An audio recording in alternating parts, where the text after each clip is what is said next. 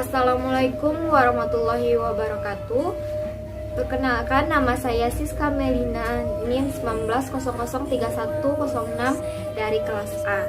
Baiklah, pada video ini saya akan memberikan penjelasan dari mulai asesmen sampai simulasi pembelajaran. Untuk lebih selanjutnya, silakan lihat video yang akan saya jelaskan. Baiklah, saya akan menjelaskan tentang asesmen mata pelajaran PKN. Yaitu nama peserta didiknya yaitu At-Tahiyatul Anisa, tempat tanggal lahir Lubuk Basung 20 Agustus 2000. Satuan pendidikannya SDLB, kelasnya kelas 4, jenis khususnya tunanetra. Tanggal pelaksanaan asesmennya 23 Oktober 2021. Nah, pada asesmen mata pelajaran PKN terdapat kompetensi dasar dan indikator penyataan atau penilaian dan keterangan. Kompetensi ini didapat dari KI 1 dan KD kurikulum 2013. Itu bisa dilihat dicari di Google. Lalu indikatornya bisa kita turunkan atau dinaikkan sesuai dengan kebutuhan si anak dan sesuai kemampuan si anak. Tetapi kompetensi dasar tidak boleh dirubah. Lalu ada penyataan dan penilaiannya terbentuk dari M, MB, TM. M itu merupakan mampu, MB merupakan mampu dengan bimbingan, TM tidak mampu. Pada kompetensi dasarnya saya memahami anak dan kewajiban, memahami hak dan kewajiban sebagai warga masyarakat dalam kehidupan sehari-hari. Pada indikatornya menyebutkan hak dan kewajiban diri sendiri, menyebutkan hak dan kewajiban dari teman, menyebutkan hak dan kewajiban di lingkungan sekolah, menyebutkan hak dan kewajiban di lingkungan masyarakat. Itu pada K 3.2. Sedangkan pada 4.2 kompetensi dasarnya menalar hak dan kewajiban sebagai warga masyarakat dalam kehidupan sehari-hari. Indikatornya ada menceritakan gambar hak dan kewajiban diri sendiri, mengidentifikasi perbuatan yang mempunyai hak dan kewajiban di lingkungan masyarakat, memasangkan sikap hidup yang mempunyai hak dan kewajiban di lingkungan masyarakat. Lalu melakukan analisis. Analisisnya itu berupa analisis dan rekaman PKN. Sama dari lalu dibuat juga nama peserta didiknya, tempat tanggal lahir, satuan pendidikan, kelas, jenis khusus, tanggal pelaksananya. Sama seperti tadi, cuman pada ini dijelaskan tentang apakah anak itu indikatornya dibutuhkan, tidak dibutuhkan, atau diprioritaskan. Nah, pada analisis PKN yang saya cari, yang saya dapatkan itu ada 6 indikator yang dibutuhkan. Silabus belum? Baiklah, pada silabus tematik ada berapa yang saya buat. Udah direkam. Yang pertama itu unit sekolah, satuan pendidikan, jenis ketunaan, kelas semester, tema, subtema, pembelajaran, tahun ajaran. Lalu ada kompetensi inti yang terdiri dari 4, KI 1, KI 2, KI 3, KI 4. Lalu dibuatlah mulai dari nomor, mata pelajaran, kompetensi dasar, materi pokok, IPK, kegiatan pembelajaran, nilai karakter, penilaian, alokasi, dan sumber belajar. Pada RPP itu sama dengan silabus. Nanti akan saya tampilkan seperti apa bentuk RPP-nya. Bahan ajar bersumber dari jurnal, buku siswa, buku guru, dan modul.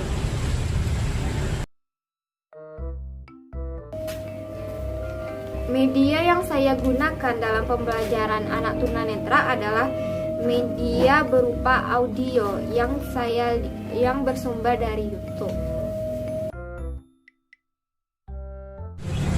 LKPD dibuat berdasarkan bahan ajar yang telah dirancang. Siap.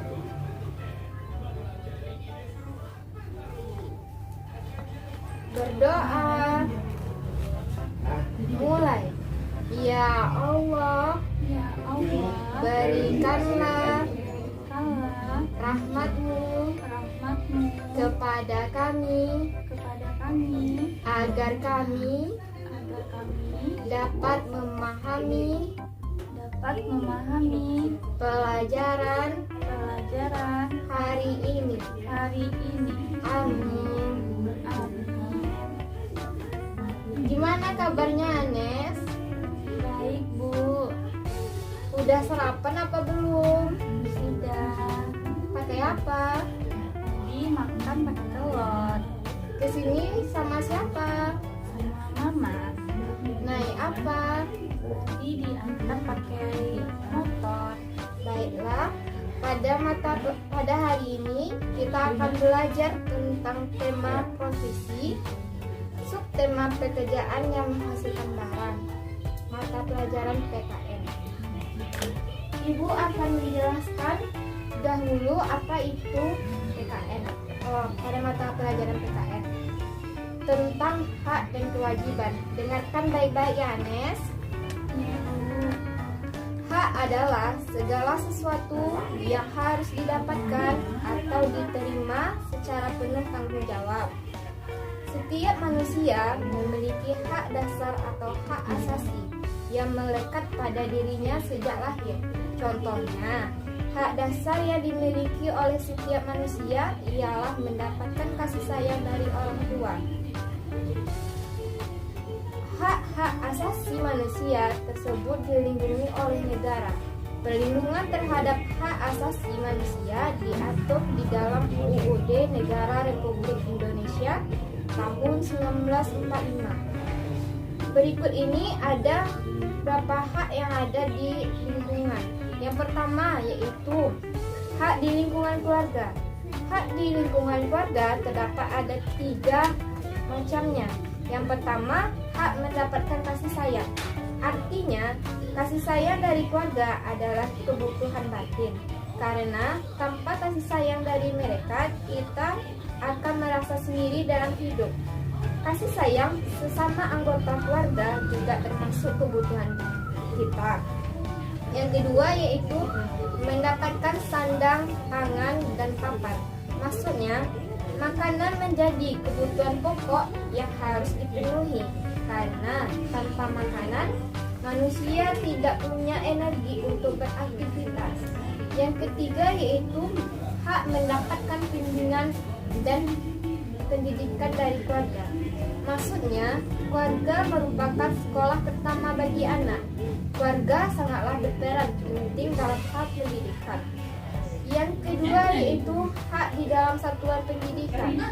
Hak di dalam satuan pendidikan terdiri dari beberapa hak. Yang pertama yaitu hak memperoleh ilmu pengetahuan. Maksudnya, setiap warga belajar berhak memperoleh ilmu pengetahuan.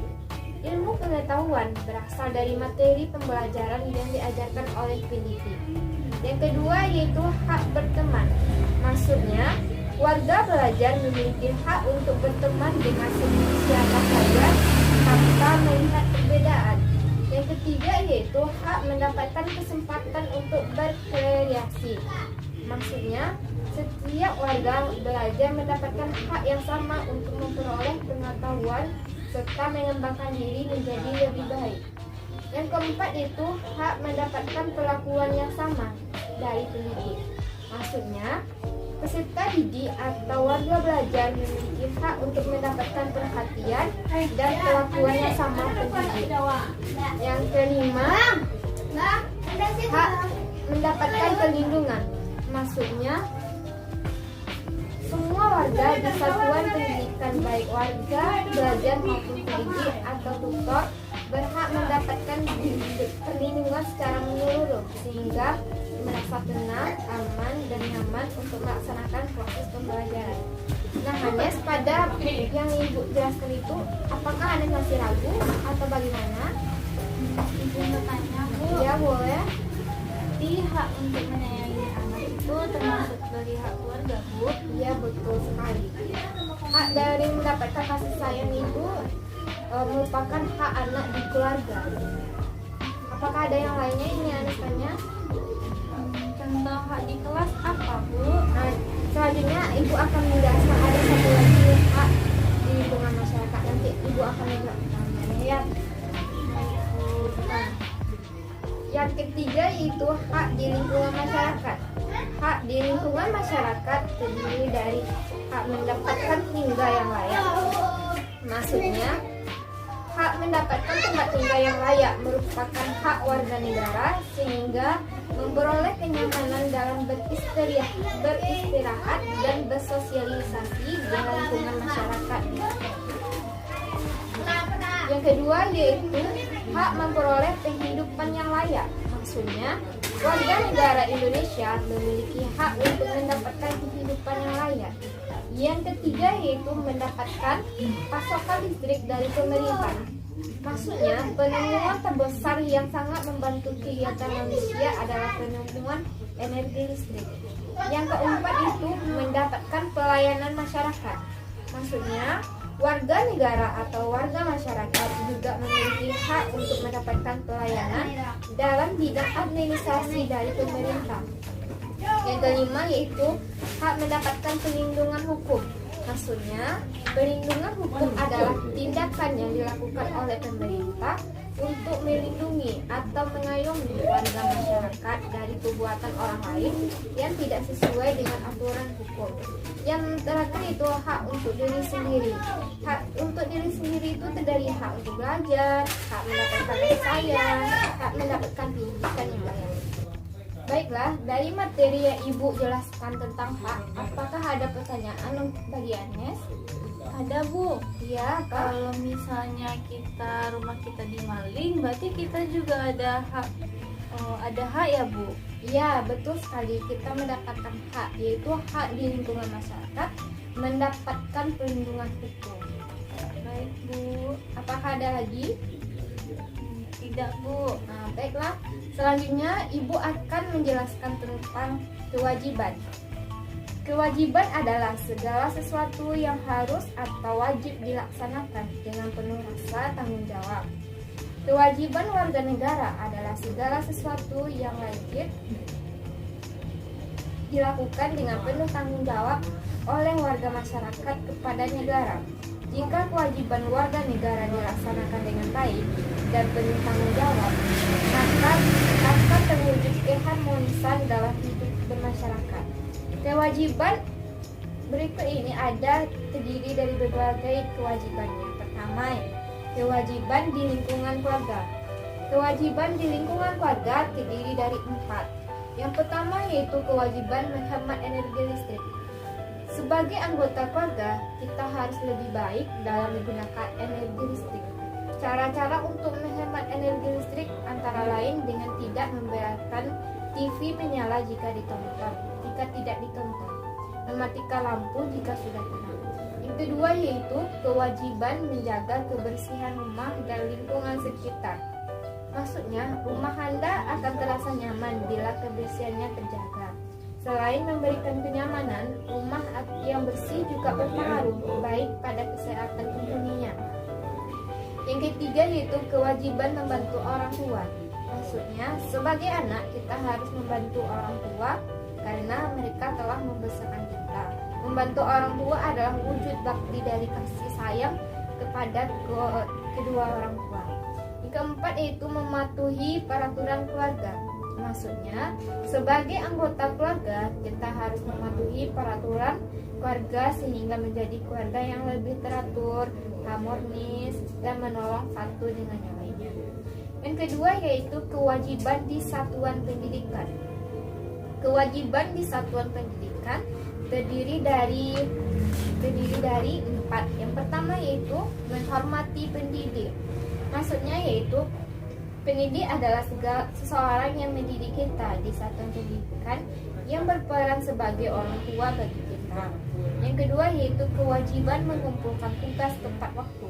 Maksudnya, mengerjakan tugas-tugas adalah kewajiban dan tanggung jawab kita sebagai peserta didik. Yang ketiga yaitu kewajiban disiplin dengan tata tertib satuan pendidikan. Maksudnya, kedisiplinan adalah proses pendidikan yang sangat diperlukan. Hal tersebut bertujuan untuk menjaga suasana belajar agar selalu berjalan tertib dan lancar. Yang keempat yaitu kewajiban tolong-menolong antar peserta didik. Maksudnya, sikap tolong-menolong dapat memberikan keringanan antara satu sama lain. Yang ketiga yaitu kewajiban di lingkungan masyarakat. Kewajiban di lingkungan masyarakat terdiri dari 6 kewajiban. Yang pertama, kewajiban mematuhi rambu-rambu lalu lintas. Peraturan dan rambu-rambu lalu lintas berlaku untuk semua pengguna jalan. Tidak hanya pengguna jalan di perkotaan, namun juga berlaku untuk pengguna jalan di pedesaan. Yang kedua yaitu kewajiban membayar iuran pemakaian listrik. Masyarakat dapat menikmati listrik tanpa adanya gangguan jika adanya kesadaran untuk membayar listrik tepat waktu. Masyarakat memiliki kewajiban untuk membayar listrik setiap bulannya. Jika terlambat membayar akan mendapatkan surat teguran. Yang ketiga yaitu menjaga keselamatan dan keamanan. Maksudnya, selain menjaga keamanan di rumah, kita juga memiliki kewajiban menjaga keamanan di tempat umum. Yang keempat itu menjaga kelestarian alam, yaitu warga masyarakat juga memiliki kewajiban untuk menjaga kebersihan dan lingkungan dan kelestarian lingkungan. Sekarang ini kita melihat banyak kerusakan yang terjadi di lingkungan sekitar kita, makanya kita diwajibkan untuk melestarikan alam. Yang kelima yaitu kewajiban menjaga keselamatan di jalan raya. Siapapun yang berada di jalan raya bertanggung jawab atas keselamatan diri sendiri maupun orang lain, terlebih bagi pengendara motor. Yang keenam yaitu bersikap sopan.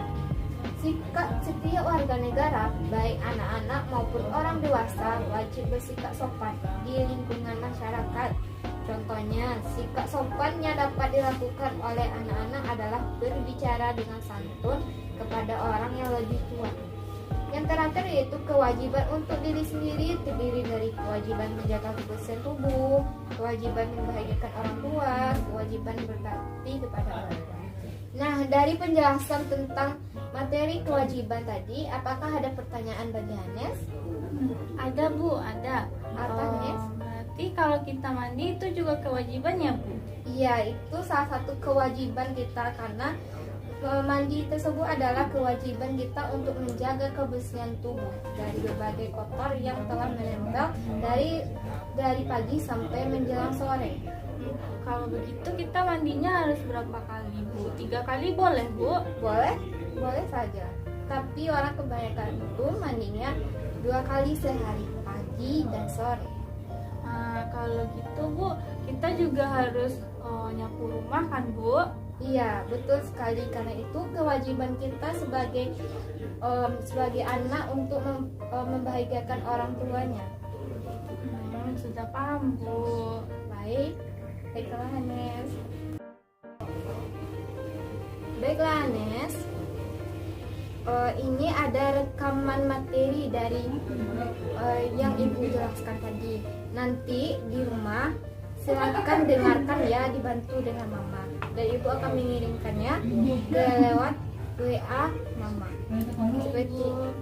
Seperti ini. Mata pelajaran PKN, materi hak dan kewajiban. Hak adalah segala sesuatu yang harus didapatkan atau diterima secara penuh tanggung jawab. Setiap manusia memiliki dasar atau hak asasi. Hanes? Ya Bu, nanti belajar di rumah. Nah, kita akan buat latihan bentar ya. Gak banyak-banyak soalnya, cuma 10 aja. Nah, sebelumnya Ibu akan jelaskan bentuk dari pengerjaannya. Ibu, bikin di kertas, Bu. Iya, bikin di kertas ya. Ada pilihan ganda, esai, isian titik, dan nanti tarik garisnya. Tarik garis ini Ibu akan bantu ya.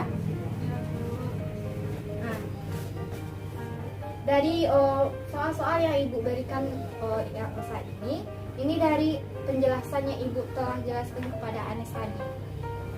Pertama yaitu pilihan ganda. Soalnya 1. Bu, saya bikin nama dulu. Oke.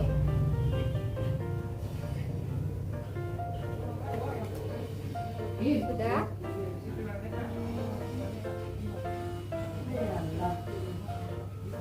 Sudah. 1. Ingatkan baik-baik ya, Nes. Ya, Bu. Ibu akan mengulanginya 3 kali. Berikut ini yang merupakan pengertian hak adalah. Berikut ini yang merupakan pengertian hak adalah. Berikut ini yang merupakan pengertian hak adalah. A.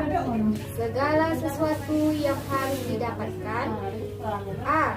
Segala sesuatu yang harus didapatkan. A. Segala sesuatu yang harus didapatkan. B. Segala sesuatu yang tidak didapatkan atau tidak diterima secara penuh tanggung jawab. B. Segala sesuatu yang tidak didapatkan atau tidak diterima secara penuh tanggung jawab. B. Segala sesuatu yang tidak didapatkan atau tidak diterima secara penuh tanggung jawab. C. Diterima secara penuh tanggung jawab. C. Diterima secara penuh tanggung jawab. C. Diterima secara penuh tanggung jawab. D. Jawaban A dan C benar. D. Jawaban A dan C benar. C. D. Jawaban A dan C benar. Bu, boleh diulang satu kali lagi, Bu. Boleh.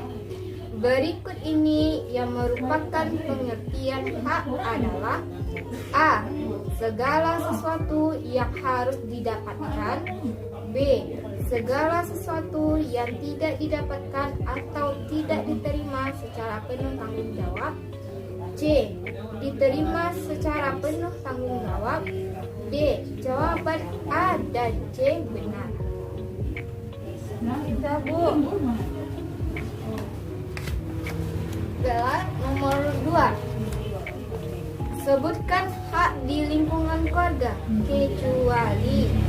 Sebutkan hak di lingkungan keluarga kecuali. Sebutkan hak di lingkungan keluarga kecuali. A. Hak mendapatkan kasih sayang. B. Hak berteman. C. Hak mendapatkan sandang, pangan, dan papan. D. Hak mendapatkan pendidikan dan bimbingan keluarga. Sebutkan hak di lingkungan keluarga kecuali. A. Hak mendapatkan kasih sayang. A. Hak mendapatkan kasih sayang. B. Hak berteman. B. Hak berteman. C. Hak mendapatkan sandang, pangan, dan papan. C. Hak mendapatkan sandang, pangan, dan papan. D. Hak mendapatkan pendidikan dan bimbingan keluarga. D. Hak mendapatkan pendidikan dan bimbingan keluarga. Yang ketiga, sebutkan kewajiban di lingkungan masyarakat. Sebutkan kewajiban di lingkungan masyarakat. Sebutkan kewajiban di lingkungan masyarakat. A. Menghormati pendidik. A. Menghormati pendidik. B. Mengumpulkan tugas tepat waktu. B. Mengumpulkan tugas tepat waktu. C. Mematuhi rambu-rambu lalu lintas. C. Mematuhi rambu-rambu lalu lintas. D. Membantu orang tua. D. Membantu orang tua. Sekali lagi, sebutkan kewajiban di lingkungan masyarakat. A. Menghormati pendidik. B. B. Mengumpulkan tugas tepat waktu. C. Mematuhi rambu-rambu lalu lintas. D. Membantu orang tua.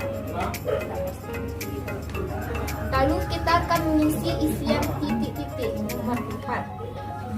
Mengerjakan tugas-tugas adalah kewajiban dan tanggung jawab kita sebagai peserta didik adalah kewajiban D. Mengerjakan tugas-tugas adalah kewajiban dan tanggung jawab kita sebagai peserta didik adalah kewajiban D.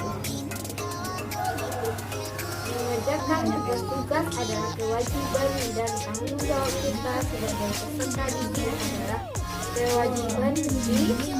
Yang kelima, setiap warga belajar berhak memperoleh ilmu pengetahuan adalah hak D. Setiap warga belajar berhak memperoleh ilmu pengetahuan adalah hak D. Sudah? Sudah. Nah, lalu kita akan mengisi esai. Nanti nomor 6 ini ditinggal dulu ya. Nanti ibu akan mendengarkan audionya kepada anak. Kita lanjut aja yang nomor 7. Nomor 7, sebutkan hak dan kewajiban untuk diri sendiri. Sebutkan hak dan kewajiban untuk diri sendiri. Sebutkan hak dan kewajiban untuk diri sendiri. Bu kasih waktunya untuk menulis nomor 7.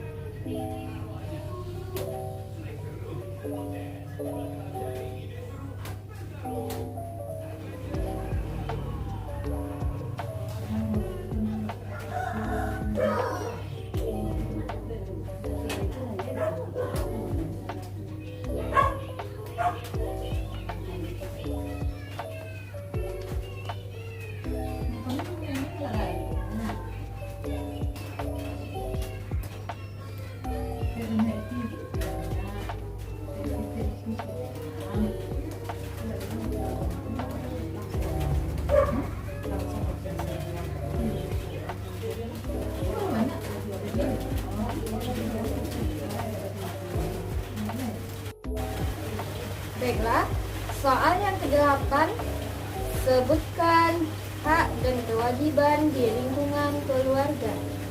Sebutkan hak dan kewajiban di lingkungan keluarga. Sebutkan hak dan kewajiban di lingkungan keluarga.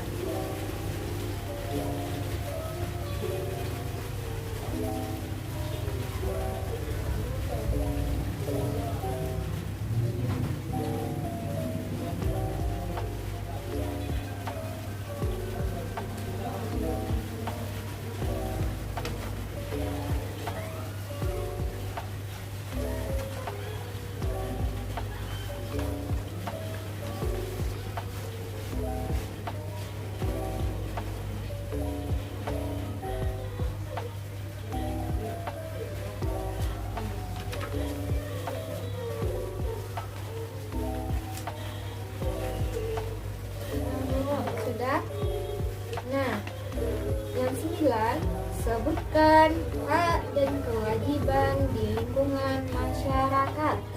Sebutkan hak dan kewajiban di lingkungan masyarakat.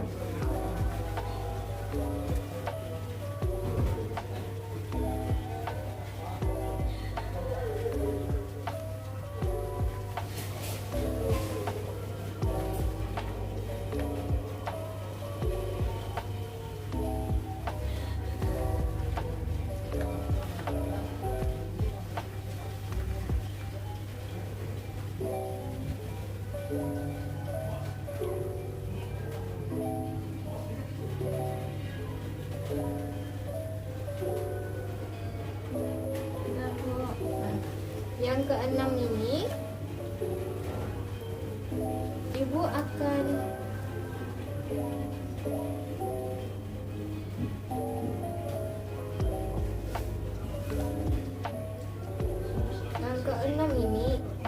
Ibu akan memberikan penjelasannya terlebih dahulu.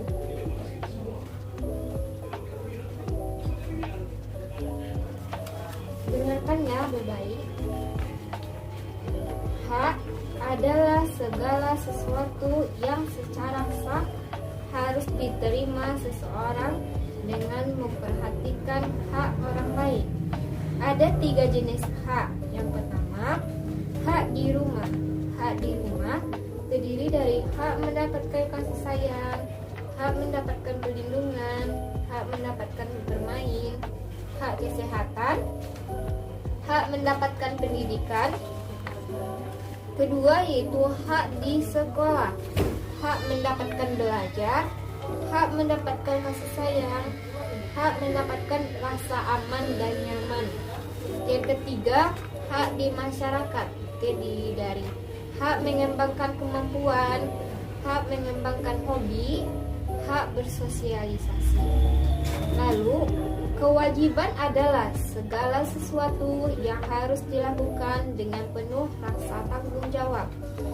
Ada 3 jenis kewajiban. Yang pertama, kewajiban di rumah, yaitu kewajiban belajar dan kewajiban membantu orang tua. Yang kedua, kewajiban di sekolah, terdiri dari kewajiban mematuhi tata tertib sekolah, kewajiban menghormati dan mematuhi nasihat guru, kewajiban menjaga kebersihan sekolah. Yang ketiga, kewajiban di masyarakat, terdiri dari kewajiban menjaga kebersihan lingkungan sekitar, kewajiban mematuhi peraturan yang berlaku, kewajiban tidak mengganggu orang lain. Itu dari penjelasan Ibu, dan Anes dengarkan penjelasan dari audio di YouTube ini. Dengarkan baik-baik ya. Iya Bu.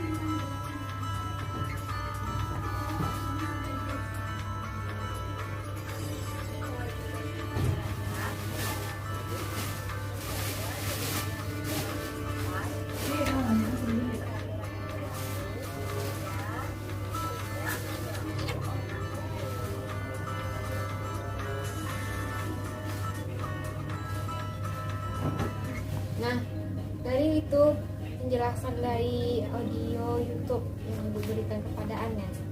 Jadi, pertanyaan dari yang nomor 6 tadi, sebutkan isi pada link video yang telah Ibu kasih tadi.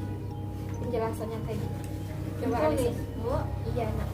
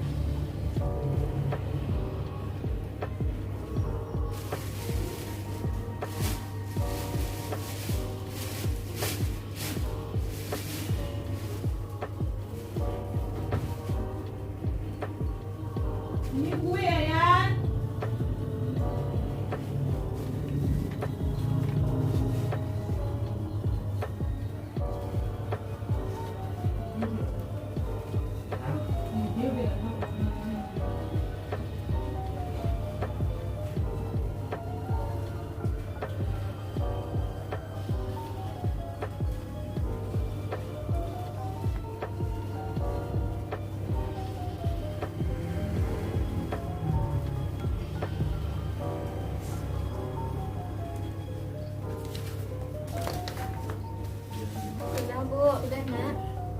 Nah, yang terakhir itu kita akan melakukan tarik garis.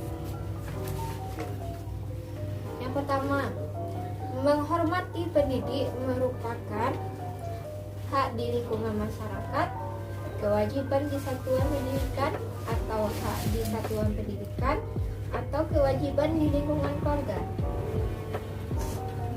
Ibu. Menghormati pendidik merupakan hak di lingkungan masyarakat, kewajiban di satuan pendidikan, hak di satuan pendidikan, kewajiban di lingkungan keluarga. Kewajiban di pendidikan, Bu. Betul.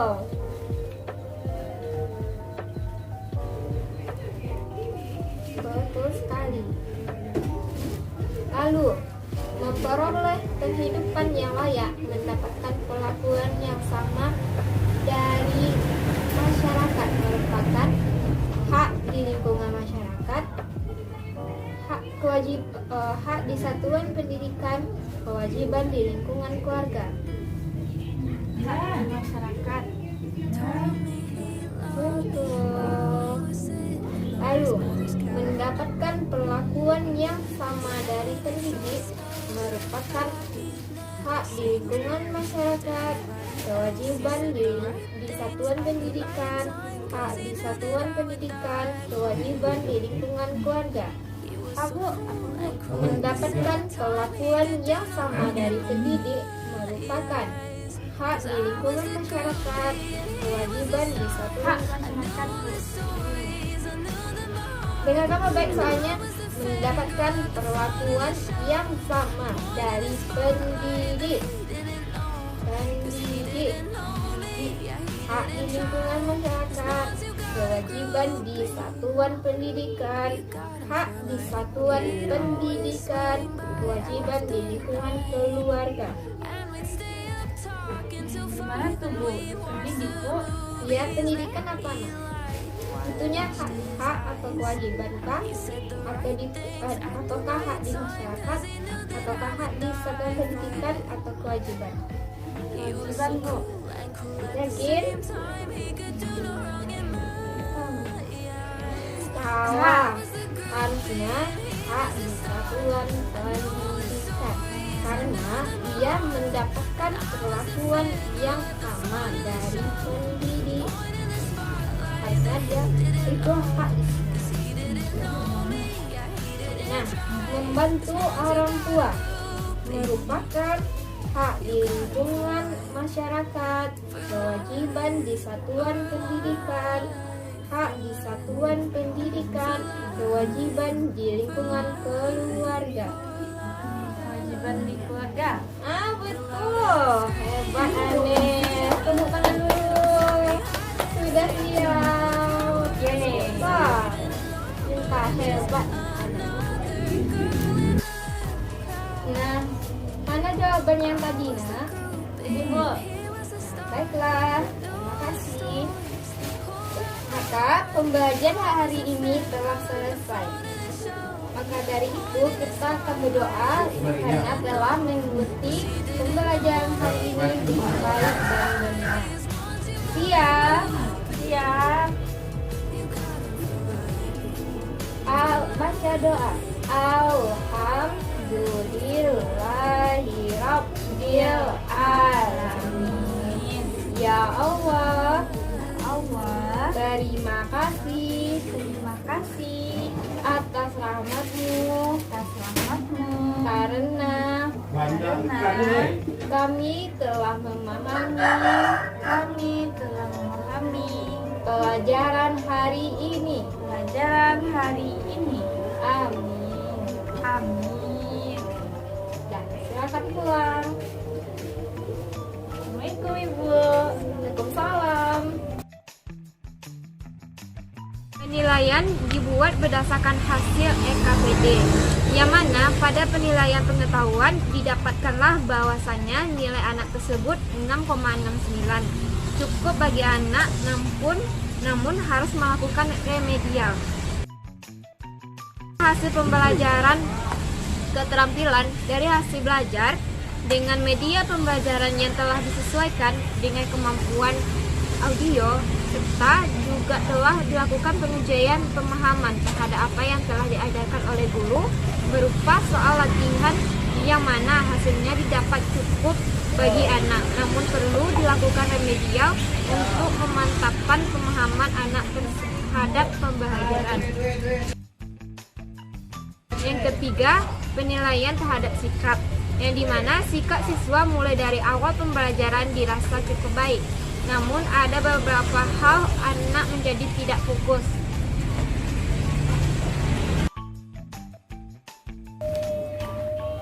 Baiklah, sekian dari penjelasan dari video saya. Apabila ada jangkal dan kesalahan, mohon maaf.